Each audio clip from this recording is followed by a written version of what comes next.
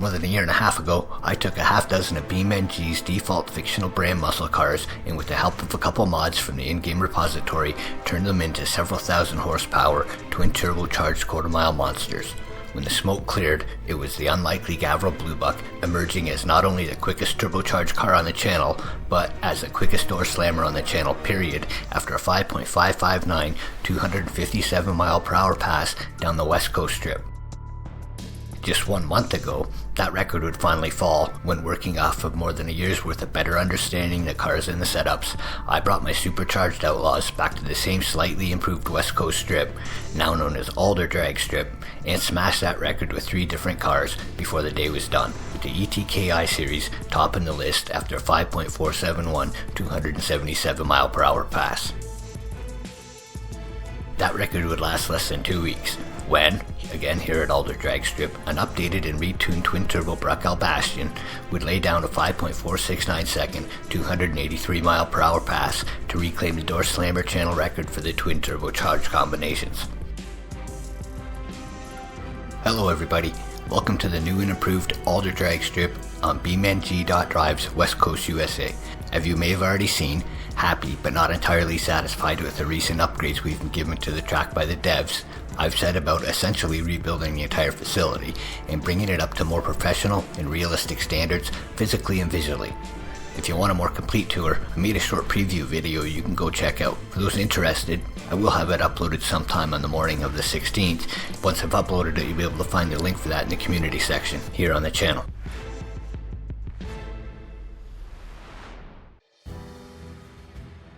Today I brought out 10 of my quickest, newly retuned twin turbo charged Outlaws back to a newly rebuilt Alder drag strip, and in just a few moments I'm going to take each of them for a rip one at a time and we'll see where they all stack up. It won't just be V8s and American muscle cars you'll be seeing here this time either, as there are now a handful of European cars and one Japanese import, all tuned up and ready to throw down. If you enjoy this, hit that thumbs up, it really does help. If you're into this stuff, subscribe to the channel for more and hit that bell so you don't miss out on the latest videos and stuff. If you have any questions, comments, or ideas for the cars or the new track, leave a comment below. I do my best to get back to all of you.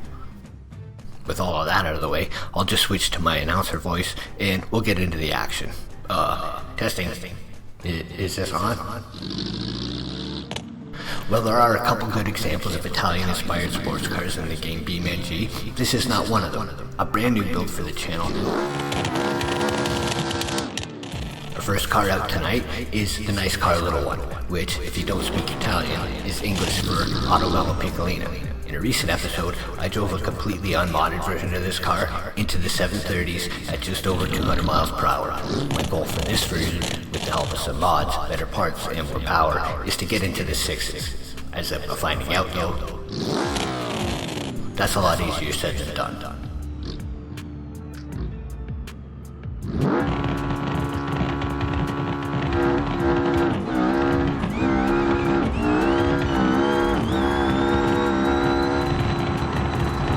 Modded twin turbo Autobello Piccolina running on a gear lays down 7.275 at just 193 miles per hour here on its channel debut, to temporarily make it onto the top 10 list at number 8. With 3 more brand new cars to add to this list, that won't last. My unmodded version of this makes horsepower with the help of unmodded turbochargers and all the nitrous I can feed it. This version will make more boost than it can handle through the turbos alone, and I've yet to find the sweet spot for it.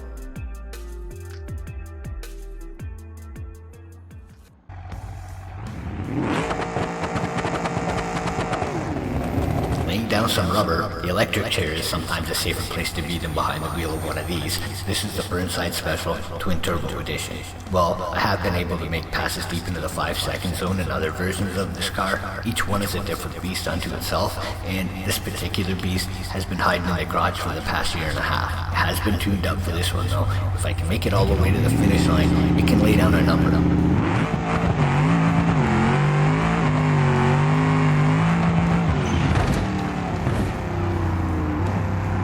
Well, that's what you would expect more often than not with the Burnsides. We do get a 6047, 170 mile per hour time slip out of it, but that's no improvement in the rankings for a whole lot of wrecked race car.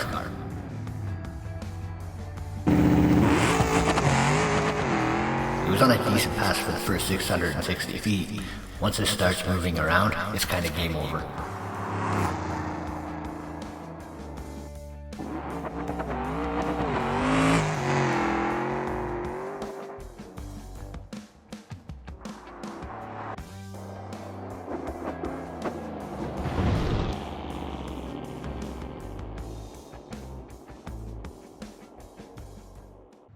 Another brand new build for this channel, this is the ETK K-Series. While the K-Series is a pretty good car to work with, makes as much power as anything else, and tends to go straight, it lacks the adjustable variable torque converters that most of the other cars have that really allow them to get the power through to the rear tires effectively. As you ride in the K-Series going down track, you can tell that it's like slipping in a clutch all the way through the quarter mile.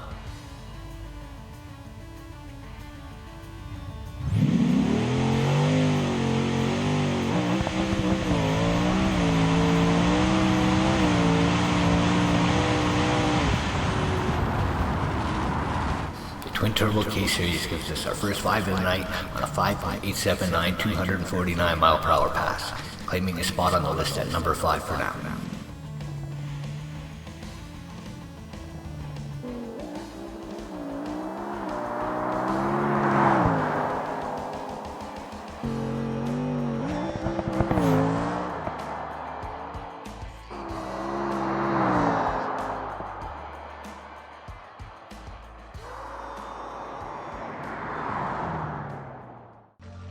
Joining tonight's party with the smallest engine in the class, this is the Hirochi Sunburst. Fitted with a 2-liter indestructible block, inline 4-cylinder, but it lacks in size, it makes up with extra boost, and I do mean a lot. With unlimited power at the disposal with most of these cars thanks to various mods, on-track performance really often comes down to which car is best able to use it, and as that goes, the Sunburst is not too bad.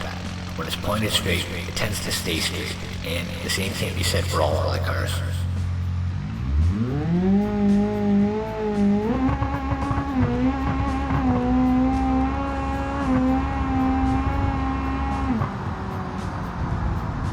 The Hirochi Sunburst laid on a 5.762 260 mile per hour pass, joining the list for now at number 5.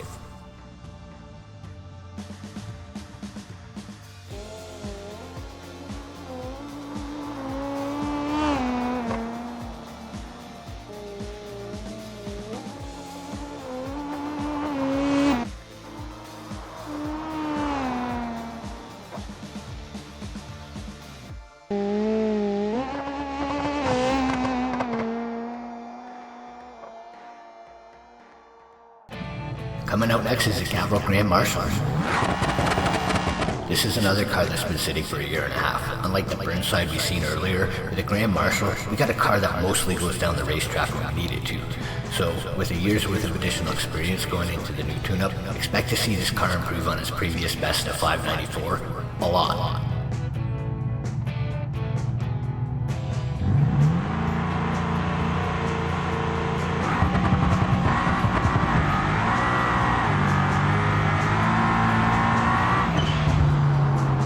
Well, not a record, but a massive improvement for the Twin Turbo Grand Marshal, laying down a 5.537 at 277 miles per hour. With that pass, jumping all the way up to number 2 on the list for the moment, although we do have 5 cars left to run.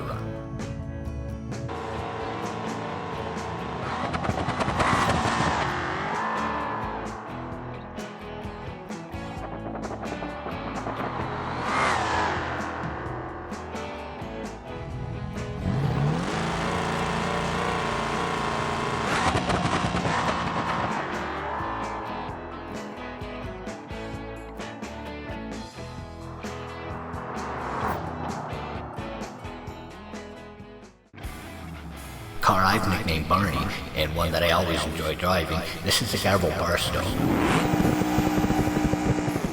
Like a lot of the cars here tonight, Barney's been sitting unused for some time now, and like all of the cars here tonight, it's been tuned up considerably since its last appearance. Coming in as one of the quicker cars in my fleet to begin with, I wouldn't leave anything off the table with this one.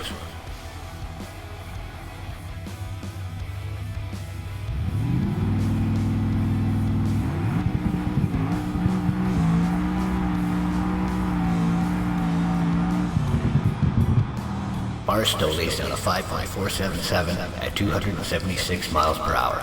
That is just 0.08 of a second short of matching the class record, and we'll slot the Barstow in just behind the Bastion at number 2 on the list so far. That was a great looking pass.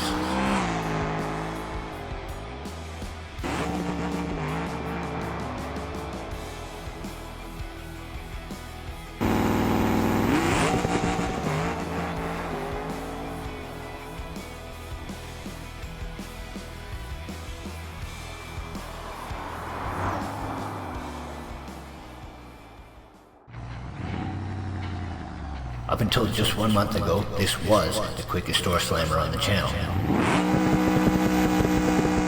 It's the Twin Turbo Gavril Bluebug. Again, like so many cars here tonight, although it's not seen much use in a long time, it is benefiting from everything I've learned in that time, and as we've seen, that's netted some really big improvements out of a few cars already, not to mention the brand new builds. So reclaiming that record is not off the table if it makes it to the stripe cleanly.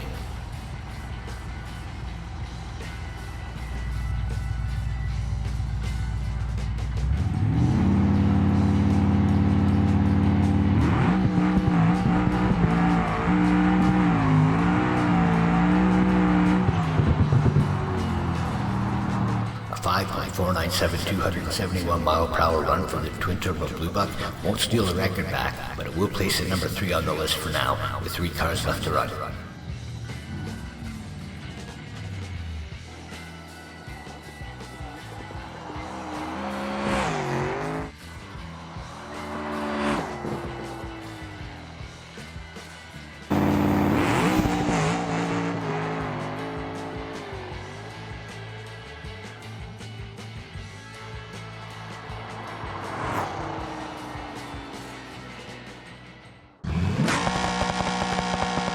Up next, this is the current quickest door slammer on this channel, period, to date, and it did that just a few weeks ago.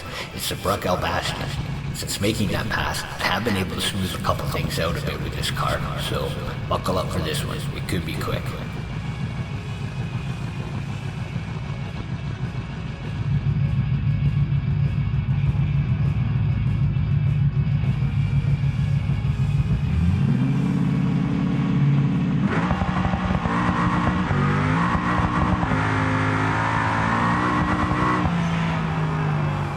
Door slammer record for the Twin Turbo Burnside Bastion at 5.443, 282 plus miles per hour. Great pass. If I can make these cars go through the gears a little smoother, I think 5.3s might be just around the corner.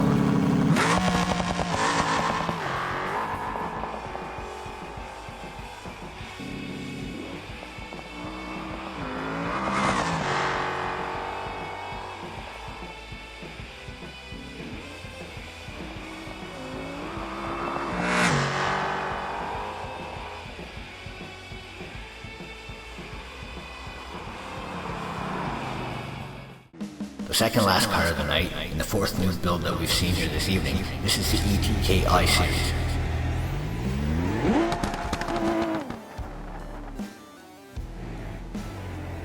With a supercharged big block under the hood, the I-Series is the quickest of that class. With a pair of twin turbos for boost, this version is fitted with a much smaller but no less potent 3-liter inline 6. The car tends to go straight, and it tends to be very quick. Let's see what happens here.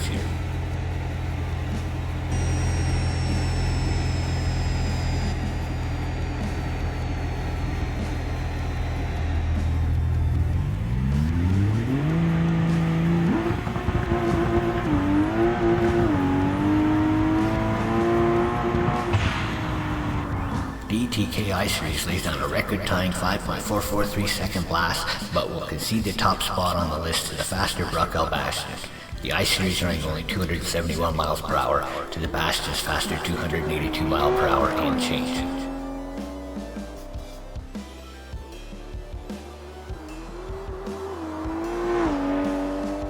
I've run the cars here tonight more or less in the order that I thought they might finish, from 10 down to 1. So far, my guesstimates have been pretty close. While those last 2 runs were both great, I wouldn't call that record safe just yet, because our final car of the night is the former channel badass Burnside Moonhawk. A car that with any engine combination under the hood is more than capable of putting up a list-topping number. In the twin turbo version here, has received a little attention since its last appearance, so if it makes a clean hit, it's very possible it's a good one.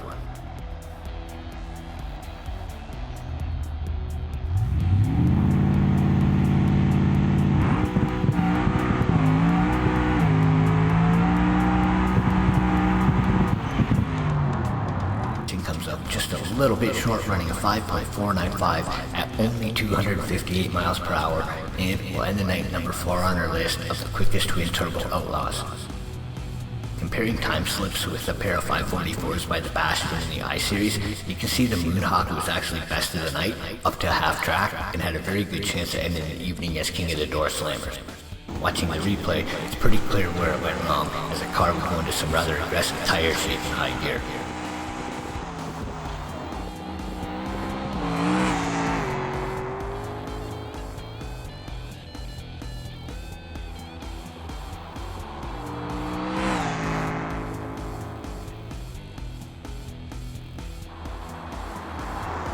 As we take another look at the final rankings after tonight, I want to thank you all for watching. I hope you enjoyed tonight's action. Until next time, keep it in your own damn lane.